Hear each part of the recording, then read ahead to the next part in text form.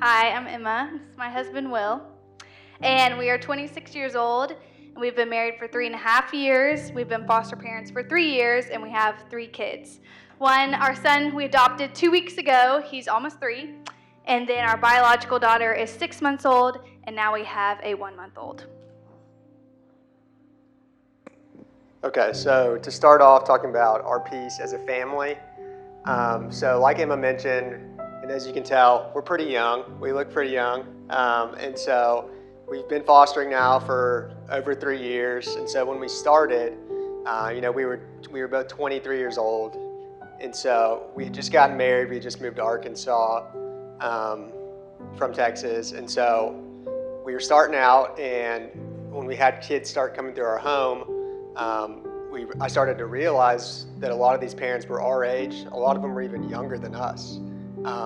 And that wasn't something that I was expecting at all. And so we felt like that was another way that we as a family could connect more with these kids. There's nothing normal about foster care. These kids are being, taken from the home that they know, but to be able to be someone close in age to them and to be someone that in that way is a little bit more familiar for them was something that we felt was, impactful for us. And then also, as a family, we felt that our piece, we still do, is showing other people our age that you can be a foster parent in your 20s.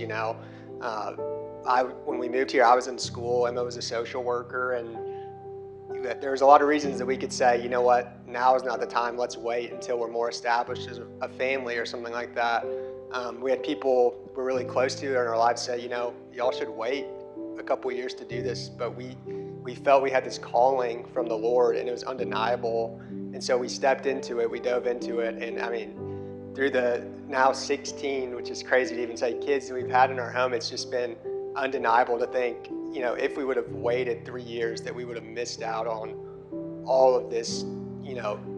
It's a roller coaster. Fostering is a roller coaster, but all of this amazing, life-giving, gospel-centered stuff that we've got going on in our lives. It's just, so that's our piece as a family. And then for me, my piece, we're going to talk about my piece as a guy, as a father, and Emma as a mother. Another thing that I realized when we started fostering is there's almost all the kids in our home haven't had a father in their life at all. And so when we started fostering, we did a few short-term placements, so just for a night or two before maybe a family member gets a background check completed and they can go to a family member or something like that. And so even then, in those 1 or 2 days, I realized I was the only father figure these kids have ever known. And so that was just powerful for me. This is a huge responsibility. This is the first father these kids have ever known. And on top of that, I can show them not only how to be a father, but how to be a Christian father and a Christian leader of a home, so that whenever they're getting older and, maybe they have kids of their own one day, they can look back. And I'm not trying to give myself a pat on the back or anything, but just to say that's a huge responsibility, and to be able to potentially be that for a kid to look back and say, okay, you know what, that is what a father looks like. That is what a Christian, father in a home looks like. It's just been an amazing thing that I didn't necessarily know going into foster care. I could talk for an hour about all the different things I didn't realize going in, that the Lord has just placed so many just lessons on my heart in these last 3.5 years. So my kind of purpose in this as a mom is I'm actually a social worker. I have my master's in social work, and it's just been really cool as a family to kind of make this our ministry, have our ministry be something out of our home. Not necessarily my profession wasn't in ministry, so we've kind of taken that on as like, this is our family's stake, and this is what we're going to do for the gospel, is have this in our home and in our daily life. So really being a social worker, having the trauma-informed perspective when kids come into our home, and actually knowing what to say, even though you don't really know what to say, I found has been so helpful. And I'm really just thankful that the Lord led me to social work so that I could have these moments of, okay, I actually know what's going on right now, and I feel equipped to attempt to be a safe place for them to land in the hardest, darkest, heaviest moment of their life. So my piece as a mom is not just being a mom, but also putting on my social worker hat, which has been really just a blessing that God led me to social work and gave me that education. And a big piece we feel like part of our family lives is really just the uncomfortable things that foster care brings into your life. Just following the gospel and following what God calls you to often leads you to live against the grain of society, and most 26-year-olds do not look like our family looks like. Like I said, we have a 6-month-old biological daughter and a 1-month-old foster daughter who's actually the sister of our son that we adopted 2 weeks ago. That all transpired 2 weeks ago. And yeah, it's kind of crazy, and we say, yes, this is like insane what we're doing, but to us it doesn't feel that crazy because we're just walking in tune with what God has said. And when you're walking in tune with what he says, it feels like, okay, this is what we're supposed to be doing. And yeah, we might get looks or comments or not be able to relate to probably 99.999% of 26-year-olds, but that's okay. I'm not going to stand before the 26-year-olds at the end of my life. I'm going to stand before the Lord and say, yes, I did what you called me to do. And yes, it was insane. Why did we do that? I don't know. But here we are. I guess we'll figure it out on that side of heaven. But for now, we're just following what he said one step at a time. And really just the roller coaster that foster care has brought has been really painful.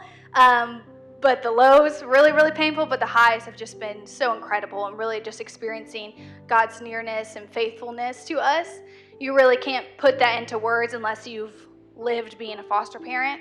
And I'm just so thankful that the gospel's really just been brought to life in the hard moments where we said, God, what are you doing with us? Like, what? Surely this can't be your plan.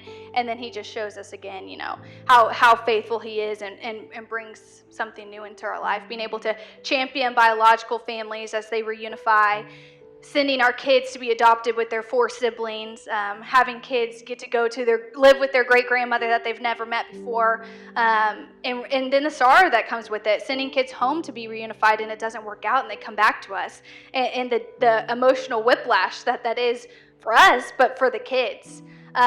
Because at the end of the day, it's just really not about us in any sense. God has called us to this, but this is not about us. It's about, him and what he's done for these kids, and really just the redemption story that he's written for all of them. Yeah, and so the next piece we want to talk about is the promise that God has for these children. And so kind of piggybacking on what I was saying earlier, as a father and as parents, when these kids come into your home, especially, I guess all the time, but we've really seen it a lot of the times, even for those 1 or 2 nights when we have kids for a short-term placement or a long-term placement, but they come into your home after the most traumatic thing that they've ever experienced in their life and probably will ever experience, that we can't even fathom, being taken from their home that they've known their whole life. And so for them just to know that they belong, not just in our home, but they belong as sons and daughters of Christ, regardless of what's happened to them, and to know that nothing that happened is their fault, that regardless of all that, they're loved by the Lord, just like we try to show them that they're loved in our home. It's just, like I said, the gospel kind of just is so poignant whenever these kids come into your home and you're able to provide a home for them. And there's just so many analogies there with the way that the Lord provides a home for us, even when we feel like we don't have a place to go or something like that. And so it's just, yeah, I just say having the ability to show these kids that the Lord is present and there for them at all times is just a powerful thing. And then we'll just close with this, that being a foster parent and being involved in foster care, there's no measurement of success. Are you doing it correctly? Are you doing it the right way, the best way, the good way? Like I said, we'll not really figure out most of the stuff this side of heaven. But I will say walking in obedience is what has been the most life-giving thing for us. And really just God's faithfulness has shown up for that. And the obedience that us as Christ followers, have, and the opportunity we have to get involved in orphan care and get involved in foster care and get involved in reaching out to the vulnerable and being that safe place. Just really at the end of the day, I've been convicted that if us as believers and us as the church doesn't step up and we aren't the safe place for these kids, who else is going to do it for them? So that's just kind of where we found that's our piece as a family. It's just being obedient to what God has called us to, no matter the cost, no matter the uncomfortable circumstances, and no matter how crazy it looks to the outside, saying, yes, God, yes, we will do that.